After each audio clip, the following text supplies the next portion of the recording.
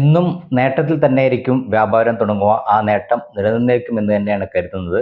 കഴിഞ്ഞ ദിവസങ്ങളിലെല്ലാം ഉണ്ടായിട്ടുള്ള നിക്ഷേപ താല്പര്യം വളരെ മികച്ച രീതിയിൽ മുന്നോട്ട് പോകുന്നതാണ് കഴിഞ്ഞ ദിവസത്തെ നേട്ടത്തോടുകൂടി കണ്ടത്. സാധാരണഗതിയിൽ വലിയൊരു നേട്ടത്തിൽ വ്യാപാരം അവസാനിപ്പിച്ചു കഴിഞ്ഞാൽ തൊട്ടടുത്ത ദിവസം, പ്രത്യേകിച്ചും വിദേശ നിക്ഷേപ സ്ഥാപനങ്ങൾ നിക്ഷേപത്തിലായതിനു ശേഷമുള്ള ദിവസം ഒരു വിൽപ്പന പ്രതീക്ഷിക്കാറുണ്ട്. എന്നാൽ അങ്ങനെ ഒരു വിൽപ്പന എന്തായാലും ഉണ്ടായില്ല എന്നുള്ളത് മാത്രമല്ല, സർവ്വ മേഖലകളും കേന്ദ്രീകരിച്ചുകൊണ്ടുള്ള ഒരു നീക്കം വിപണിയിൽ ഉണ്ടാവുകയും ചെയ്തിരുന്നു. അതുകൊണ്ട് തന്നെ ഇപ്പോൾ കാണുന്ന ഈ ഒരു നിക്ഷേപ താല്പര്യം ഏതാണ്ട് വിപണിയുടെ അന്തർധാര വളരെ ശക്തമായിരിക്കുന്നു എന്നുള്ളതിന്റെ ഒരു സൂചന നൽകുന്നതാണ്.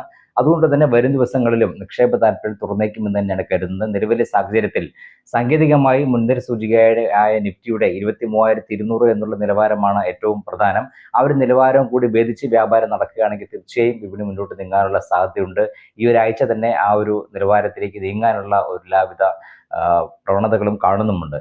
വിദേശ നിക്ഷേപ സ്ഥാപനങ്ങൾ ഒരു ദിവസം വിപണിയിൽ അറ്റ നിക്ഷേപത്തിലായിരുന്നത് വളരെ പ്രതീക്ഷ നൽകുന്നതായിരുന്നു. എന്നാൽ ഇന്നലെ വീണ്ടും അവർ വിപണിയിൽ അറ്റ വിൽപ്പനയിലായി.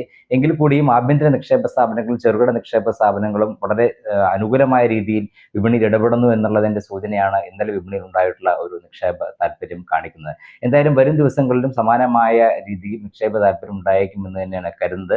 അതിന് ഉപോത്ബലകമായിട്ടുള്ള ഘടകങ്ങൾ തന്നെയാണ് നിലനിൽക്കുന്നത്. പ്രത്യേകിച്ചും ആഗോള സാഹചര്യങ്ങൾ തൃപ്തികരം തന്നെയാണ്. ഒപ്പം തന്നെ ആഭ്യന്തര ഘടകങ്ങളും വിപണിക്ക് അനുകൂലമായി നിലനിൽക്കുന്നു.